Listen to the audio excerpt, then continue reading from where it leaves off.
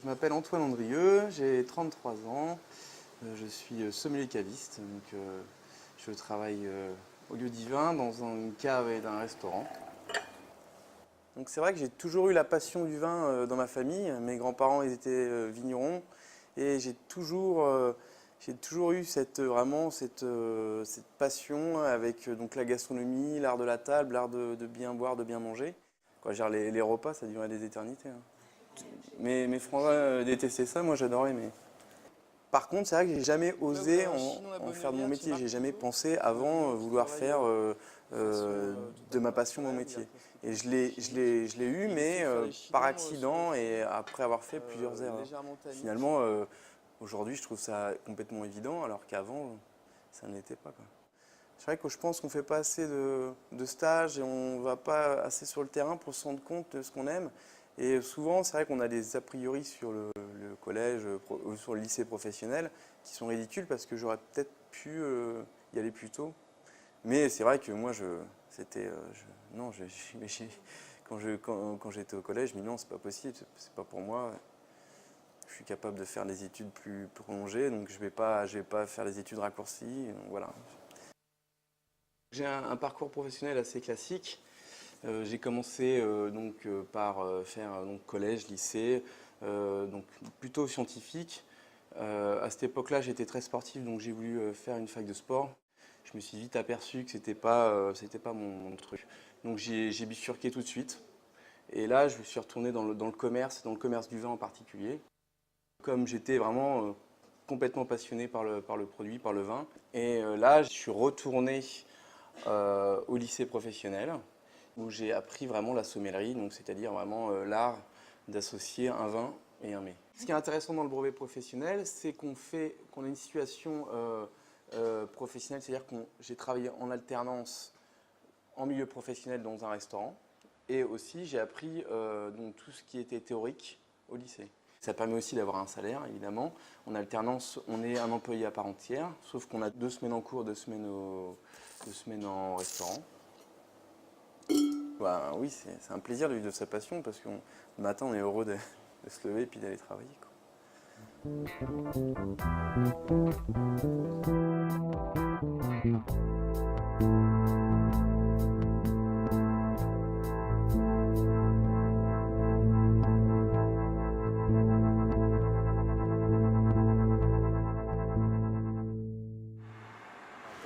Donc, je m'appelle Samira Kada, j'ai 36 ans, je suis native de Châteauroux, de parents algériens, d'une famille plutôt modeste, parce que nous étions 3 frères et sœurs et j'en suis l'aînée. Mon papa qui était peintre en bâtiment et puis maman qui était femme de ménage. Voilà, ma mère habillée en tenue traditionnelle avec mon papa que j'ai perdu, donc qui est décédé, j'avais 12 ans. On vivait dans un tout petit appartement qui était tout minuscule, où on était tous les 3 dans la même chambre. En fait, depuis que j'étais au collège, notamment en 3e, j'avais envie de travailler en banque pour avoir la relation humaine, la relation de famille et voir un petit peu l'évolution de la vie et accompagner les clients dans chaque étape importante de leur vie. Il y a une relation privilégiée qui va s'installer avec nos clients, il y a une relation de confiance et de conseil. Donc on est là pour conseiller en fonction du besoin du client et leur apporter des solutions par rapport à ce qu'ils attendent. Alors, une journée type dans le domaine bancaire, on va prendre les rendez-vous avec ses clients et on va toucher tous les domaines au niveau des entretiens. Donc on a environ 4 à 5 rendez-vous par jour. On a en effet un portefeuille qui nous est attribué et on va faire le suivi de ce portefeuille et répondre aux besoins de la clientèle. Ça sera bien, je pense. En fait, lorsque j'ai voulu démarcher les banques, quand j'ai rencontré certains problèmes, j'ai passé des entretiens. Les entretiens se sont plutôt bien passés. Parfois, on ne correspond pas au profil de l'emploi. On peut nous poser certaines questions à laquelle on ne s'attend pas du tout. Et finalement, au bout de 3 ans, j'ai enfin pu intégrer une banque. Donc j'ai envie de dire qu'il faut y croire, il faut persévérer, il faut oser croire en son rêve.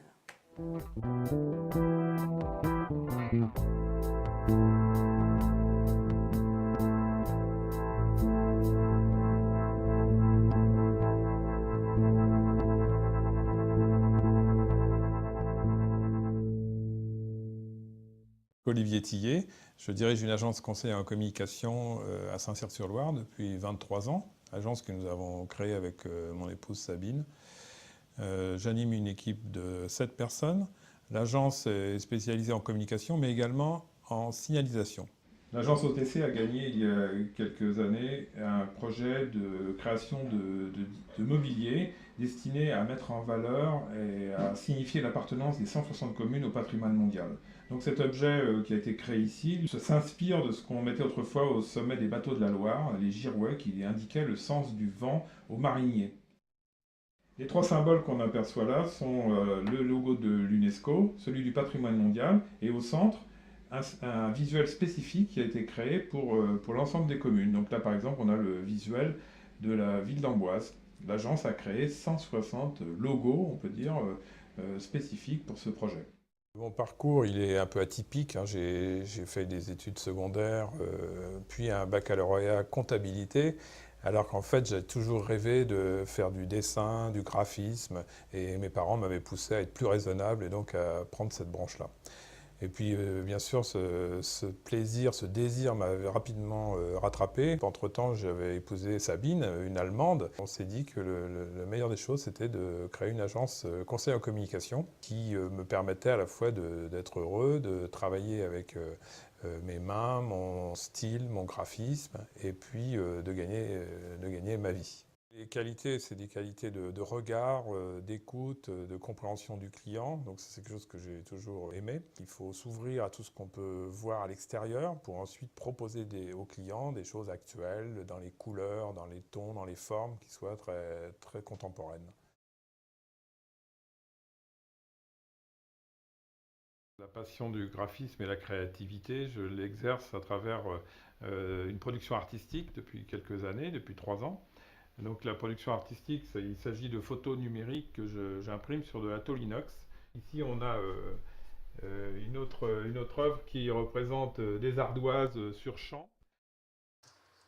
Le bilan d'une carrière professionnelle comme celle que je viens d'exposer, eh bien c'est surtout qu'au départ, quand on a quelque chose en soi, un désir, il faut absolument aller jusqu'au bout et il ne faut pas faire autre chose. Il faut persévérer dans ses convictions et dans ses souhaits.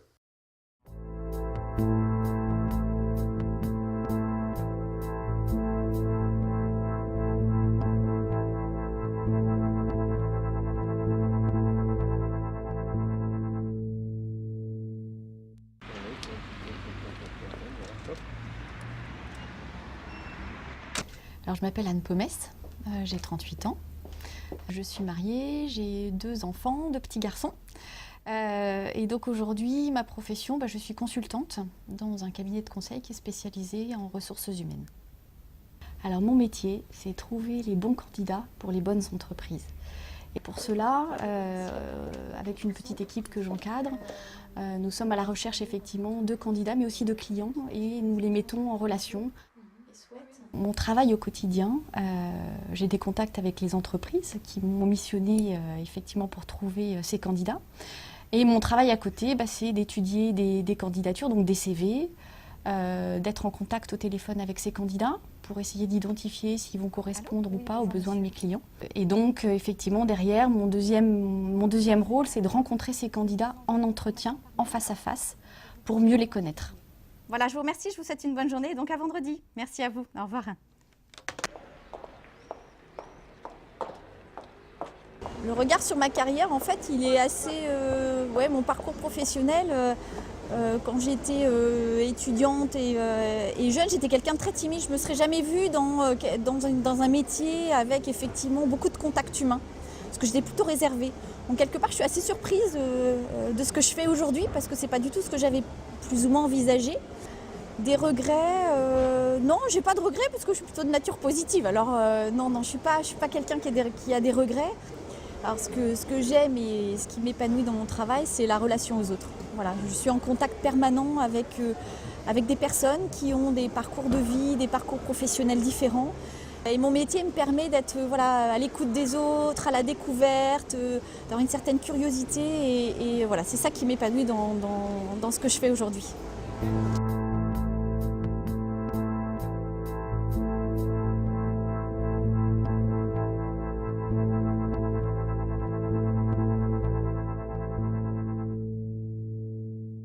Je m'appelle David Violot, j'ai 36 ans et je suis enseignant-chercheur à l'université de Tours. Alors mon métier en fait c'est un métier double. Je suis à la fois enseignant, donc j'enseigne le traitement des eaux, la gestion des déchets à des étudiants de l'université.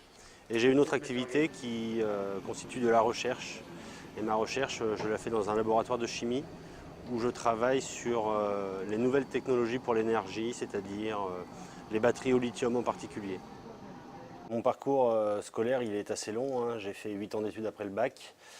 Mais les 4 premières années, je les ai faites sans savoir vraiment ce que j'allais faire comme métier. J'avais pas trop d'idées, j'ai surtout poursuivi mon chemin sans avoir d'idée de ce que j'allais faire.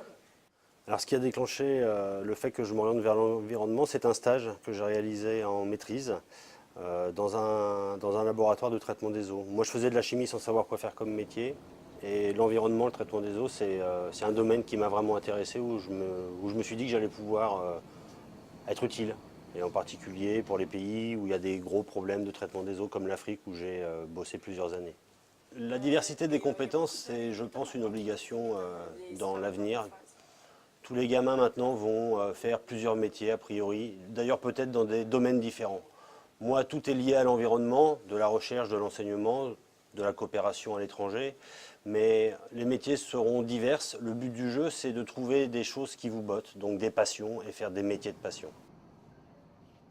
Je pense que savoir, c'est aussi ne pas savoir, tout simplement. Moi, pour mon cas personnel, il y a des choses que je ne voulais pas faire. Je ne voulais pas être dans une société privée, par exemple.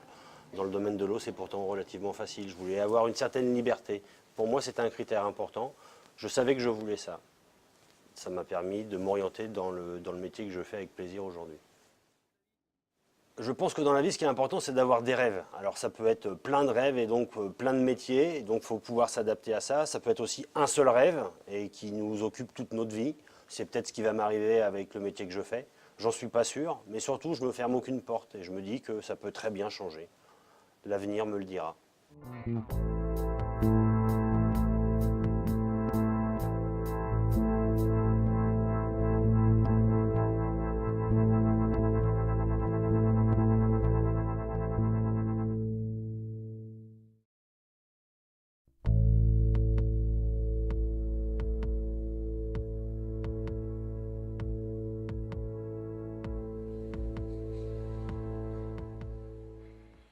Est-ce que l'un d'entre vous qui n'a pas encore parlé, ou qui a déjà parlé mais qui a quelque chose à dire, a envie de parler, dire quelque chose par rapport à cette association, par rapport au film que vous avez vu, par rapport au film que vous, lycéens, êtes en train de créer, de générer, de produire? Est-ce que vous avez des choses à dire? Si on n'a pas un bon salaire, faut pas lever la face. On ne réussit pas dans toute la vie. On a quand même des impôts à payer, des choses comme ça, et juste avoir un métier qui nous plaise, ça suffit pas. On a été élevé dans une société où l'argent, c'est un peu la motivation première. Je pense que ce qui est important en priorité, c'est déjà de se dire qu'est-ce qui retentit en moi, et après de se dire, mon objectif, c'est aussi bien vivre, côté personnel. Et là, de faire en sorte que, tu vois, tu évolues au niveau salaire. C'est pour ça qu'il faut aimer le métier. Après, l'argent, c'est vrai que ça joue beaucoup. Ça joue beaucoup. Moi, si on me donnait un travail entre 8 000 et 1 000 euros par mois, je choisis 8 000 direct, c'est vrai. J'avoue. Mais après, voilà. Je vivre bien ma vie, mais je m'ennuierai tous les matins. Du point de vue personnel, je pense que ça doit vraiment dépendre de la situation de la personne. Qu'est-ce qui est dans la vie a fait des choses. Est-ce qu'il y a un besoin d'argent qui va être ressenti par exemple pour les enfants, une famille, etc. Est-ce qu'on va travailler plus par passion? Et ça dépend vraiment du contexte familial et de quelle situation. Je voudrais, puisque Samira a pris la parole, je voudrais qu'elle nous fasse part de son expérience personnelle en 2-3 minutes en tant que femme beurette. Et le monde du travail, primo, le monde du travail, et les rapports hommes-femmes, et le racisme. On m'a déjà fermé des portes, ça c'est clair, 2, mais je ne me suis pas dit, merde, c'est que je suis beurette et c'est bon, c'est mort, je change de voie. Non, j'ai continué, donc tu vas être confronté, mais tu peux aussi être confronté à ce souci Enfin, tu vas chercher une baguette de pain, tu peux tomber sur une boulangère qui n'aime pas ta tête. Donc ça arrive tous les jours. Ça peut arriver sur mon lieu de travail où je tombe sur un client qui n'aime pas forcément ma tête, qui a des préjugés, peu importe. Tu passes outre, si tu as envie de faire ce que tu as envie de faire, j'ai envie de dire, bah, c'est pas grave, tu t'es pris une claque, tu te relèves. Anne, qu'est-ce que tu as à dire par rapport ce que tu vois, toi, quand tu recrutes des gens, et comment les recruteurs, quand tu aides les clients qui sont tes clients, comment ils voient, d'une part, les gens qui recrutent en fonction de la couleur de leur peau, est-ce que ça reste un problème? Les femmes, est-ce que c'est un problème, les femmes, entre guillemets, parce que ça fait des bébés, une femme, donc c'est en congé, maternité, etc. Ça rejoint un peu ce qu'on se disait tout à l'heure. Quand on est passionné par son boulot, quelle que soit notre couleur de peau, notre sexe, notre origine, etc., et ben ça fait la différence. Quand on a une couleur de peau différente, ou qu'on a des handicaps, etc., on doit donner beaucoup plus d'énergie, mais on est beaucoup plus combatif et on sait se relever beaucoup plus facilement aussi. Il faut essayer, en tout cas, que ceux qui t'entourent ne gouvernent pas non plus à 100% ta vie. Si toi, tu as envie de t'engager dans l'armée, c'est à toi après de te dire, bon, c'est les autres qui gouvernent ta vie ou c'est moi. Et à ce moment-là, bah, c'est à toi de décider sur quel chemin tu veux avancer. Et puis après, oui, tu auras des barrières et tout ça, mais si au fond de toi, je suis désolée, moi je ne suis pas à côté de ma vie, je sais que voilà, c'est là que je veux aller, maintenant vous parlez, mais ça n'empêche pas de moi d'avancer. C'est ça qu'il faut que toi tu fasses comme choix de vie. Est-ce que c'est toi ou c'est les autres qui gouvernent ta vie? Qui sait ce qu'il veut faire très précisément plus tard?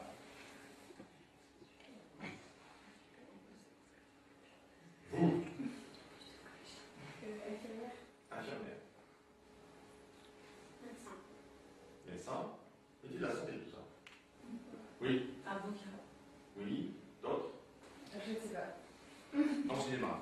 Ouais, parce que ça m'intéresse, mais après, je sais pas trop, j'aimerais bien tout tester, tout savoir, pour choisir vraiment ce que j'aime. Faire du montage et avant de découvrir l'option, je voulais être éducatrice spécialisée, enfin travailler dans des projets sociaux et donc je pense que j'essaierai d'amener le cinéma justement dans une sorte de projets sociaux, de réinsertion ou travailler avec des personnes qui n'ont pas forcément accès au cinéma ou au multimédia. Et enfin, voilà, j'ai envie de créer un mélange de tout ça. Pour conclure, si je peux me permettre de conclure, puisque là on est à la fin, hein, je pense, rappelez-vous une chose.